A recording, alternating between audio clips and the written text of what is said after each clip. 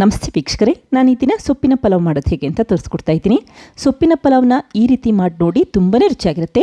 ನೋಡಿ, ಅನ್ನದಗಳಿಗೆ ಮಸಾಲೆ ಎಲ್ಲ ಚೆನ್ನಾಗಿ ಅಂಟಿರುತ್ತೆ ಮತ್ತು ಕುಕ್ಕರ್ನಲ್ಲಿ ಮಾಡಿದ್ರೂ ಕೂಡ ತಳ ಹಿಡಿಯೋದಿಲ್ಲ, ಅಷ್ಟು ಪರ್ಫೆಕ್ಟಾಗಿ ಪಲಾವ್ ಬಂದಿರುತ್ತೆ. ಟ್ರೈ ಮಾಡಿ ನೋಡಿ, ಖಂಡಿತ ಮತ್ತೆ ಮಾಡೋದಂತೂ ಗ್ಯಾರಂಟಿ. ಮತ್ತು ಈ ಪಲಾವ್ನ ನೀವು ಬೆಳಗ್ಗೆ ಟಿಫನ್ನಿಗಾದರೂ ಮಾಡಬಹುದು ಅಥವಾ ಮಧ್ಯಾಹ್ನದ ಲಂಚ್ ಬಾಕ್ಸಿಗಾದರೂ ಕೊಟ್ಟು ಕಳಿಸಬಹುದು. ತುಂಬಾ ರುಚಿಯಾಗಿರುತ್ತೆ. ಹಾಗೆ ನಿಮಗೆ ಈ ವಿಡಿಯೋ ಇಷ್ಟ ಆದರೆ ಪ್ಲೀಸ್ ವಿಡಿಯೋನ ಲೈಕ್ ಮಾಡಿ ಮತ್ತು ಚಾನಲ್ಗೆ ಸಬ್ಸ್ಕ್ರೈಬ್ ಮಾಡಿ. ಈಗ ಪಲಾವ್ ಮಾಡೋದು ಹೇಗೆ ಅಂತ ನೋಡ್ಕೊಳ್ಳೋಣ ಬನ್ನಿ. ಮೊದಲಿಗೆ ನಾನಿಲ್ಲಿ 1 ಕಟ್ಟಷ್ಟು ಮೆಂತ್ಯ ಸೊಪ್ಪು ಮತ್ತು ಅರ್ಧ ಕಟ್ಟಷ್ಟು ಸಬ್ಬಸಿಗೆ ಸೊಪ್ಪನ್ನ ನೀರಿನಲ್ಲಿ ತೊಳೆದಿಟ್ಕೊಂಡು ಸಣ್ಣದಾಗಿ ಕಟ್ ಮಾಡಿಟ್ಕೊಂಡಿದ್ದೀನಿ. ನಂತರ ಒಂದು ಮಿಕ್ಸಿ ಜಾರ್ಗೆ 4 ಹಸಿರು ಮೆಣಸಿನ್ಕಾಯಿ ಹಾಕಿದರೆ ಒಂದು ಸಣ್ಣ ಈರುಳ್ಳಿನ ಕಟ್ ಮಾಡಿ ಹಾಕ್ಕೊಂಡಿದ್ದೀನಿ. ಹಾಗೆ 3 ಗರಿಯಷ್ಟು ಕರಿಬೇವಿನ ಸೊಪ್ಪು ಹಾಕ್ಕೊಂಡಿದ್ದೀನಿ. ಕರಿಬೇವಿನ ಸೊಪ್ಪು ಹಾಕೋದ್ರಿಂದ ಆರೋಗ್ಯಕ್ಕೆ ಒಳ್ಳೆಯದು ಮತ್ತು ರುಚಿ ಕೂಡ ಹೆಚ್ಚಾಗುತ್ತೆ. ನಂತರ 1/4 ಹಿಡಿಯಷ್ಟು ಕೊತ್ತಂಬರಿ ಸೊಪ್ಪು ಹಾಕೊಳ್ಳಿ. ಈಗ 1 ಇಂಚಷ್ಟು ಉದ್ದದ ಶುಂಠಿ ಹಾಕಿದರೆ ಈ ರೀತಿ 12ರಿಂದ 15 ಬೆಳ್ಳುಳ್ಳಿ ಎಷ್ಟನ್ನ ಹಾಕ್ಕೊಂಡಿದ್ದೀನಿ. ಹಾಗೆ 3 ಟೇಬಲ್ ಸ್ಪೂನಷ್ಟು ಹಸಿ ತೆಂಗಿನಕಾಯಿ ತುರಿ ಹಾಕಿದರೆ ಸ್ವಲ್ಪಷ್ಟೇ ತಣ್ಣೀರನ್ನು ಹಾಕಿ ತರಿತರಿಯಾಗಿ ರುಬ್ಬಿಟ್ಕೊಳ್ಳಿ. ತೆಂಗಿನಕಾಯಿ ತುರಿ ಜಾಸ್ತಿ ಹಾಕ್ಲಿಕ್ಕೆ ಹೋಗಬೇಡಿ, ಸ್ವಲ್ಪಷ್ಟೇ ಹಾಕೊಳ್ಳಿ. ನೋಡಿ, ಈಗ ರುಬ್ಬಿರುವಂಥ ಮಸಾಲೆ ರೆಡಿಯಾಗಿದೆ. ನಂತರ ಕುಕ್ಕರ್ಗೆ 3 ಟೇಬಲ್ ಸ್ಪೂನಷ್ಟು ಎಣ್ಣೆ ಹಾಕ್ಕೊಳ್ತಾ ಇದ್ದೀನಿ.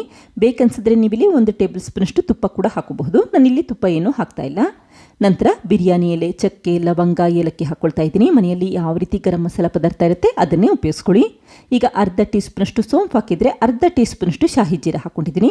ಶಾಹಿ ಜೀರ ಹಾಕೋದ್ರಿಂದ ಫ್ಲೇವರ್ ಚೆನ್ನಾಗಿ ಬರುತ್ತೆ. ಇದ್ರೆ ಉಪಯೋಗಿಸಿ, ಇಲ್ಲ ಅಂತಂದರೆ ಹಾಕಲಿಲ್ಲ ಅಂದರೂ ಕೂಡ ನಡೆಯುತ್ತೆ.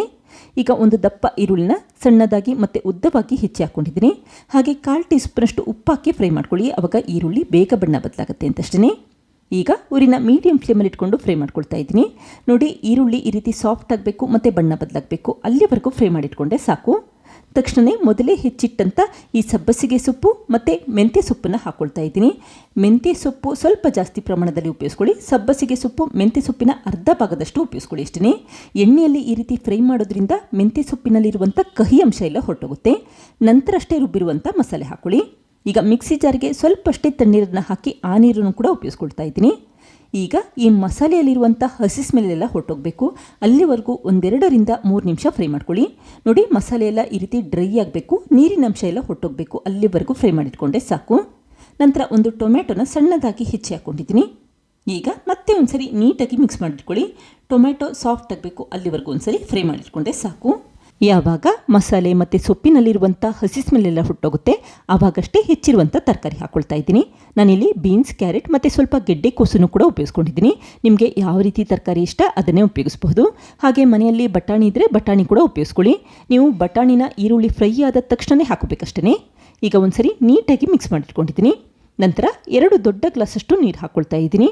1 ಗ್ಲಾಸಷ್ಟು ಅಕ್ಕಿಗೆ ಈ ರೀತಿ 2 ಗ್ಲಾಸಷ್ಟು ತಣ್ಣೀರು ಉಪಯೋಗಿಸಿದ್ರೆ ಸಾಕು. ಈಗ ಮತ್ತೆ ಒಂದ್ಸರಿ ನೀಟಾಗಿ ಮಿಕ್ಸ್ ಮಾಡಿಟ್ಕೊಳ್ಳಿ. ಆವಾಗ ಮಸಾಲೆ ಎಲ್ಲ ನೀರಿನಲ್ಲಿ ಚೆನ್ನಾಗಿ ಬೆರೆತಿರುತ್ತೆ ಅಂತಷ್ಟೇ. ಈಗ ಉರಿನ ಮೀಡಿಯಂ ಫ್ಲೇಮಲ್ಲಿ ಇಟ್ಕೊಂಡು ನೀರನ್ನ ಕುದಿಲಿಕ್ಕೆ ಇಟ್ಕೊಳ್ಳಿ. ಹಾಗೆ ಇದೇ ಸಮಯದಲ್ಲಿ ರುಚಿಗೆ ತಕ್ಕಷ್ಟು ಉಪ್ಪು ಹಾಕ್ಕೊಳ್ತಾ ಇದ್ದೀನಿ. ಈರುಳ್ಳಿ ಫ್ರೈ ಮಾಡಬೇಕಾದ್ರೆ ಸ್ವಲ್ಪ ಉಪ್ಪು ಹಾಕಿರೋದ್ರಿಂದ ಈಗ ನೋಡಿಕೊಂಡು ಎಷ್ಟು ಬೇಕೋ ಅಷ್ಟು ಮಾತ್ರ ಉಪ್ಪು ಹಾಕ್ಕೊಳ್ಳಿ. ಯಾವಾಗ ಈ ಮಸಾಲೆ ನೀರು ಕುದಿಲಿಕ್ಕೆ ಶುರುವಾಗುತ್ತೆ ಆವಾಗಷ್ಟೇ 1 ದೊಡ್ಡ ಗ್ಲಾಸಷ್ಟು ಅಕ್ಕಿ ಹಾಕ್ಕೊಳ್ತಾ ಇದ್ದೀನಿ. ನಾನಿಲ್ಲಿ ಸೋನಾ ಮಸೂರಿ ಅಕ್ಕಿ ಉಪಯೋಗಿಸ್ಕೊಂಡಿದ್ದೀನಿ. ಹಾಗಾಗಿ 1 ಗ್ಲಾಸಷ್ಟು ಅಕ್ಕಿಗೆ 2 ಗ್ಲಾಸಷ್ಟು ನೀರನ್ನು ಉಪಯೋಗಿಸ್ಕೊಂಡಿದ್ದೀನಿ. ಅಕ್ಕಿನ ನೀರಿನಲ್ಲಿ ಚೆನ್ನಾಗಿ ತೊಳೆದಿಟ್ಕೊಂಡು ನಂತರ ಶೋಧಿಸ್ಕೊಂಡು ಅಕ್ಕಿ ಮಾತ್ರ ಈ ರೀತಿ ಮಸಾಲೆಗೆ ಹಾಕ್ಕೊಳ್ಳಿ. ಈಗ ಲಿಡ್ ಕ್ಲೋಸ್ ಮಾಡಿ 2 ವಿಷಲ್ ಕೂಗಿಸ್ಕೊಳ್ತಾ ಇದ್ದೀನಿ. ಆದಷ್ಟು ಉರಿನ ಮೀಡಿಯಂ ಫ್ಲೇಮ್ ಅಥವಾ ಮೀಡಿಯಂ ಫ್ಲೇಮ್ಗಿನ ಸ್ವಲ್ಪ ಜಾಸ್ತಿ ಇಟ್ಕೊಂಡು ಬೇಲಿಕ್ಕಿಟ್ಕೊಳ್ಳಿ. ಯಾವಾಗ ವಿಷಲ್ ಕೂಗುತ್ತೆ ಆವಾಗ ತಕ್ಷಣವೇ ಸ್ಟವ್ ಆಫ್ ಮಾಡಿಕೊಂಡು ಕುಕ್ಕರ್ನ ತಣ್ಣಗಾಗಲಿಕ್ಕೆ ಹಾಗೆ ಇಟ್ಬಿಡಿ. ಕುಕ್ಕರ್ ಚೆನ್ನಾಗಿ ತಣ್ಣಗಾದ ನಂತರ ಅಷ್ಟೇ ಲಿಡ್ ಓಪನ್ ಮಾಡಿಟ್ಕೊಳ್ಳಿ. ಆವಾಗ ಅನ್ನ ಪರ್ಫೆಕ್ಟಾಗಿ ಬೆಂದಿರುತ್ತೆ ಅಂತಷ್ಟೇ. ಈಗ ನಿಧಾನಕ್ಕೆ ಮಿಕ್ಸ್ ಮಾಡ್ಕೊಳ್ತಾ ಇದ್ದೀನಿ. ನೋಡಿ, ಮಸಾಲೆ ಎಲ್ಲ ಅನ್ನದಗಳಿಗೆ ಯಾವ ರೀತಿ ಅಂಟಿದೆ ಅಂತ ಗೊತ್ತಾಗ್ತಾ ಇದೆ. ಮತ್ತು ಈ ರೀತಿ ಮಾಡೋದ್ರಿಂದ ಈ ಪಲಾವ್ ಕುಕ್ಕರ್ಗೆ ಅಂಟೋದಿಲ್ಲ, ಅಂದರೆ ತಳ ಹಿಡಿಯೋದಿಲ್ಲ, ಪರ್ಫೆಕ್ಟಾಗಿ ಬೆಂದಿರುತ್ತೆ. ಈಗ ಮಾಡಿಟ್ಟಂಥ ಪಲಾವ್ನ ಒಂದು ಪ್ಲೇಟ್ಗೆ ಸರ್ವ್ ಮಾಡ್ಕೊಳ್ತಾ ಇದ್ದೀನಿ. ನೋಡಿ, ತುಂಬಾ ರುಚಿಯಾಗಿರುತ್ತೆ. ಟ್ರೈ ಮಾಡಿ ನೋಡಿ, ಖಂಡಿತ ಮತ್ತೆ ಮಾಡೋದಂತೂ ಗ್ಯಾರಂಟಿ. ಈ ಪಲಾವ್ ಜೊತೆ ಮೊಸರು ಬಜ್ಜಿ ಕೂಡ ಮಾಡೋದು ಬೇಡ, ಹಾಗೆ ತಿನ್ನಬಹುದು, ಅಷ್ಟು ರುಚಿಯಾಗಿರುತ್ತೆ. ನೋಡಿದ್ರಲ್ಲ ಫ್ರೆಂಡ್ಸ್, ಎಷ್ಟು ಸುಲಭವಾಗಿ ಸೊಪ್ಪಿನ ಪಲಾವ್ ಯಾವ ರೀತಿ ಮಾಡಿದೆ ಅಂತ ಗೊತ್ತಾಯ್ತಲ್ವಾ? ನೀವು ಕೂಡ ಟ್ರೈ ಮಾಡಿ ನೋಡಿ. ಬೆಳಗ್ಗೆ ಟಿಫನಿಗಾದರೂ ಮಾಡಬಹುದು ಅಥವಾ ಲಂಚ್ ಬಾಕ್ಸಿಗಾದರೂ ಕೊಟ್ಟು ಕಳಿಸಬಹುದು. ತುಂಬಾ ರುಚಿಯಾಗಿರುತ್ತೆ. Thank you. ಲೈಕ್ ಮಾಡಿ ಮತ್ತು ಸಬ್ಸ್ಕ್ರೈಬ್ ಮಾಡಿ.